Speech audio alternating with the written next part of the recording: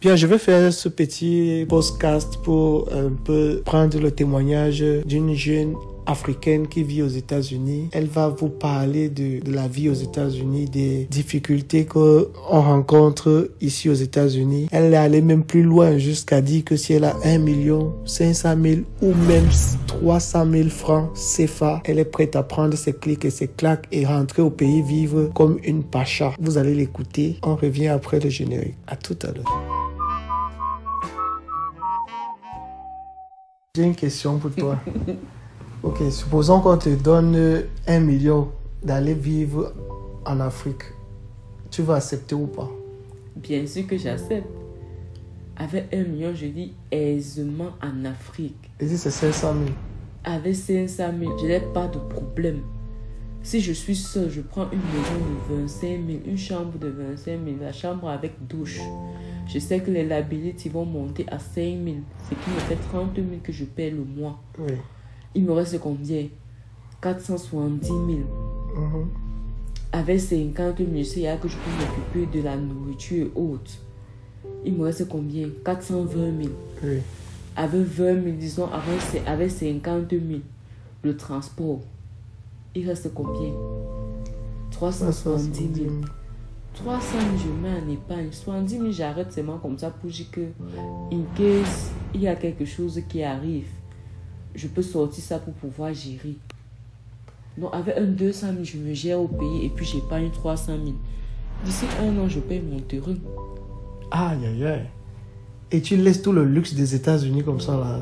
Toute la neige. Quel genre de luxe? Donc, c'est ça le luxe. Et tout ça, là.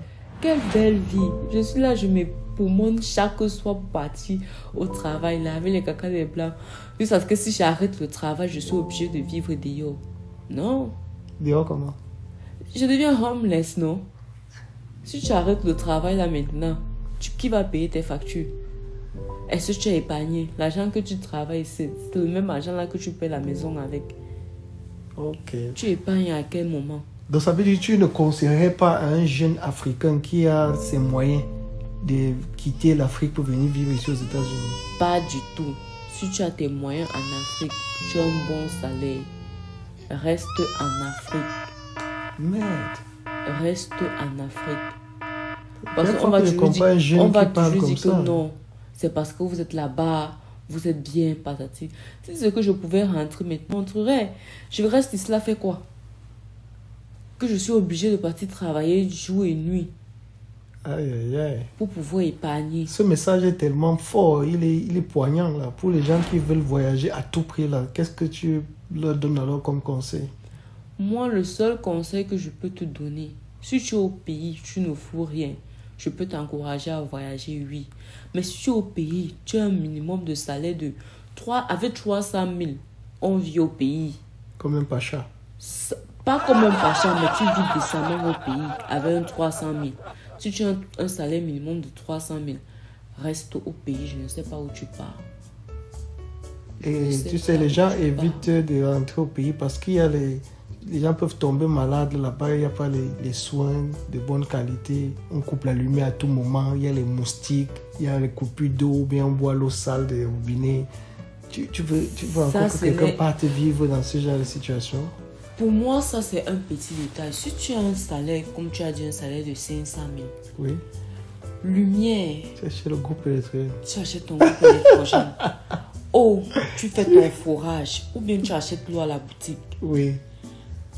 Hôpital, moustique, tu achètes ton moustiquaire.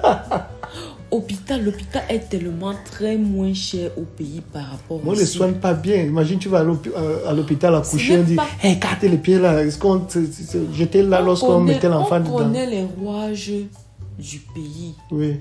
Tu connais tout ce qui se passe. Tu sais qu'on va passer dire, écarte tes pieds. Quand tu écartes tes pieds, tu accouches ta chose. C'est ton enfant, tu viens, tu accouches. On connaît comment nos frères et soeurs fonctionnent au pays. Donc, tu ne vas pas dire que tu prends ça comme un problème. Tout le monde est passé par là. Ta mère est passée par là. Elle ne s'est pas pleure. Je t'ai dit. Donc, je ne vois pas un problème à dire que tu peux accoucher. La chasse-femme te dit d'écarter les fesses.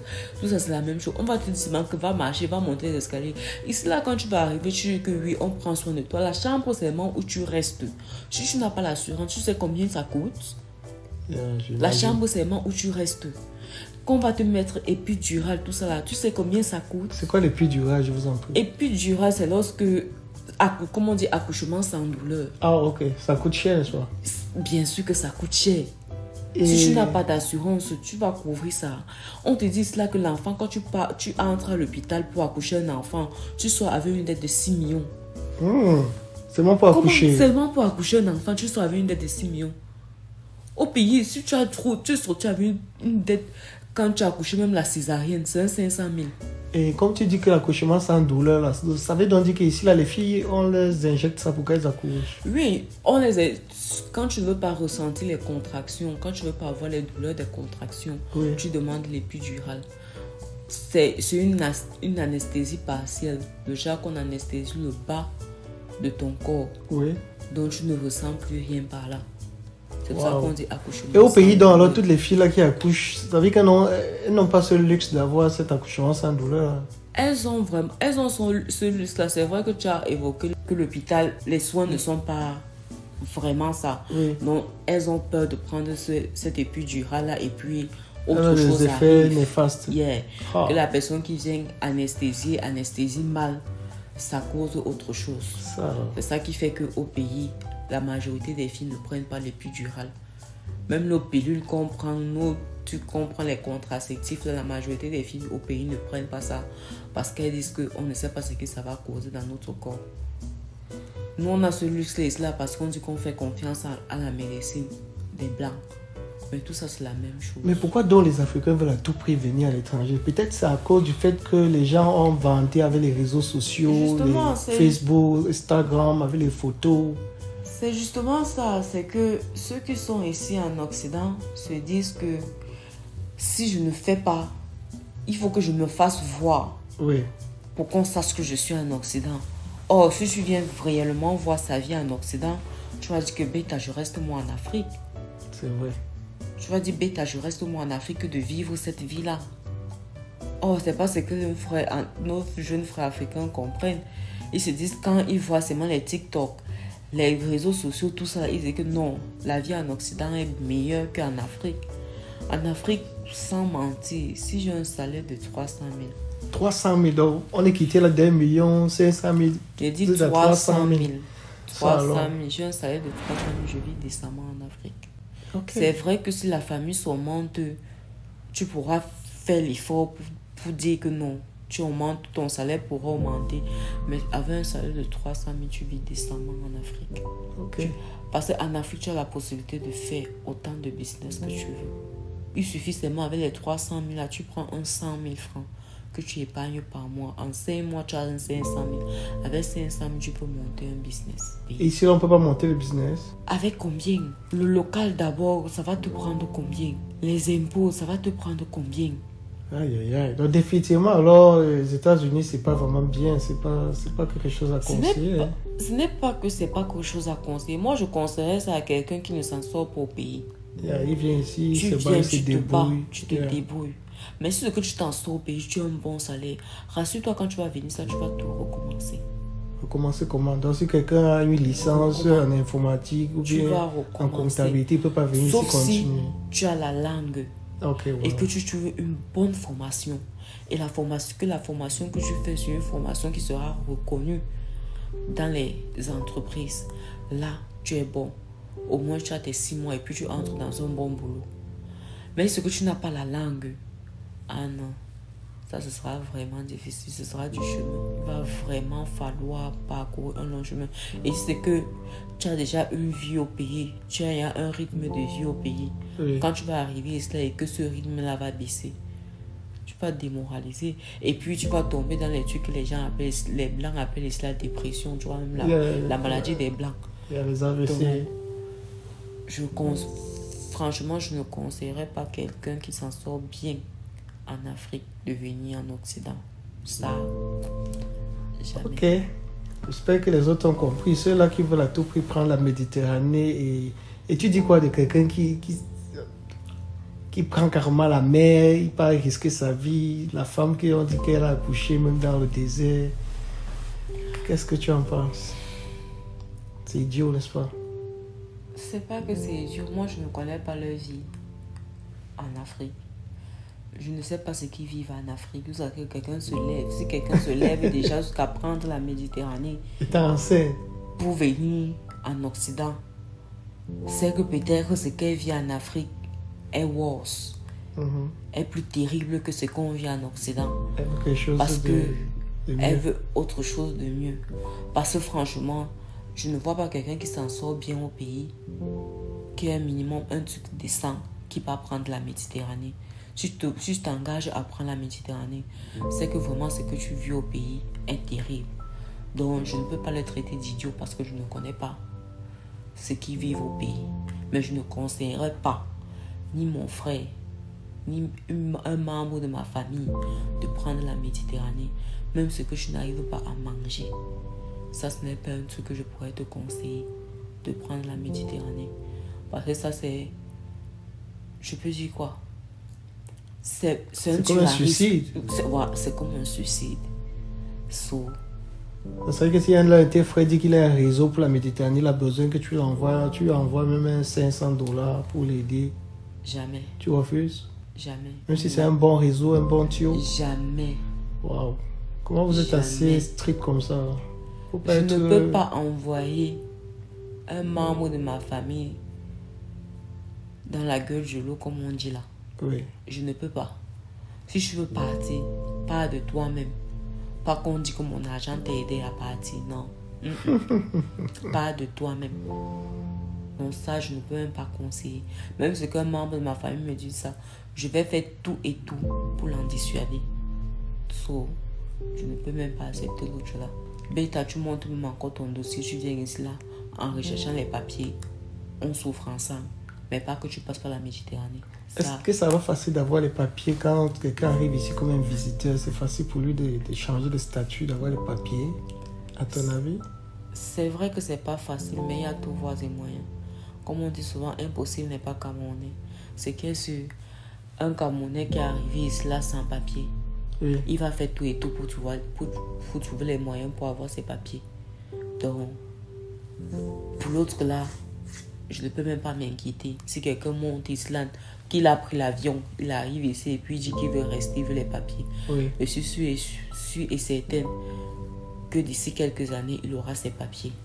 Et à ton avis, tu crois quelles sont les méthodes qu'il peut utiliser pour avoir les papiers facilement? D'après ce que moi, j'ai vécu ici et d'après toutes les histoires que j'ai eues, il y a d'autres personnes qui partent par la voie mariage, oui. D'autres qui font l'asile, d'autres, je pense, l'école également. Pour aussi avoir du travail ici, il a la chance. Il y a l'armée également. Oui. Qui aussi, et peut-être aussi le travail que peut-être ton employeur peut t'aider à avoir tes papiers. Oui. Ça, ce sont peut-être ce que je connais, quoi. Et par rapport au mariage, il y a beaucoup de gens qui se plaignent que c'est pas une bonne astuce pour avoir les papiers ici, que les gars sont tellement très emballés par soit les lois américaines ou bien... Ça, c'est vrai. Ça conseille vraiment à un Camerounais qui arrive à déposer une loi américaine pour avoir les papiers facilement. Pour moi, le mariage, c'est du genre... Pour vous entendre au début, c'est pour tel truc. Si ça ne va pas, mieux si tu vois que la personne est hésitante, mieux tu ne pars pas. Parce que tu vas partir, tu vas caler quelque part. Oui. Mieux tu ne pars pas. Si tu vois que la personne est hésitante, ne pars pas. Tu vas partir et caler quelque part. Et moi, je conseillerais, ma meilleure façon du mariage, c'est peut-être un couple. Tu prends un couple marié, parce que je sais qu'il y a les couples mariés, c'est là qui font ça. La femme se marie là-bas, le mari se marie là-bas. Ah bon? Yeah. Wow. Et puis, dès que vous avez vos papiers là, vous divorcez. Là, au moins, tu sais qu'il ne peut pas faire ça à sa femme. Et puis, les deux savent que non, c'est juste pour les papiers. Oui. Quand c'est un couple marié, là, c'est un peu facile. Non, je ne comprends pas. Le couple marié, comment? Dans un couple qui quitte le pays, ils arrivent ici? Non, couple marié, c'est du genre que les gens qui sont ici, là, ont les papiers. Oui. Ils sont citizens. Ils sont mariés. Ils se marient maintenant avec quelqu'un. Ils sont mariés et maintenant, ils font le business, se marient avec les gens qui veulent acquérir les papiers. pour un certain moment, dès qu'ils ont les papiers, ils divorcent. Ok. Donc ça, c'est le business du couple. Waouh. Oui, Toi, si tu es donc marié, est-ce que tu peux accepter faire ça avec ton mari? jamais. Ça, c'est pas être trop avare, égoïste. Vous voulez pas aider les autres Africains? Il n'y a pas d'égoïsme dedans. Il y a plusieurs autres moyens d'avoir les papiers. Ok.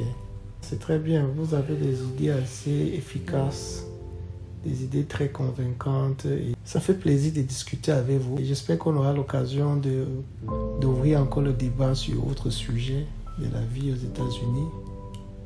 Par exemple, nous allons parler de comment gérer ses finances.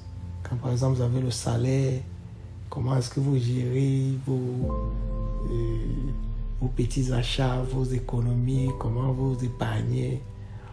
On va en parler peut-être dans les prochaines podcasts que nous allons ouvrir. Bon, sur quoi je vais vous remercier et on va donc en parler à la prochaine fois. Portez-vous bien et j'espère que tous les auditeurs ont compris le conseil. Il s'agit d'éviter de laisser toute votre fortune en Afrique et venir aux États-Unis vraiment souffrir, commencer tout à zéro. La dame dit que même avec 1 500 000, elle est même allée jusqu'à 300 000. Elle est prête à quitter les États-Unis, aller vivre confortablement ou alors une vie un peu plus à l'aise au pays au lieu de souffrir ici aux États-Unis à faire des travaux de bas niveau et de ne pas avoir une liberté. Bien, vous avez compris, si jamais tu as une idée de vouloir prendre la Méditerranée ou le désert ou n'importe quel moyen illégal pour venir aux États-Unis et que si tu écoutes ce petit enregistrement, abstiens-toi de faire ce choix et passe à autre chose. Si tu as de l'argent, lance un business, lance une activité et peut-être tu vas pouvoir avoir une vie meilleure un lendemain. Allez, agréable. Ne l'oubliez pas, votre repère se trouve dans ton repère, la boussole des Africains en Amérique. Merci. Ton repère.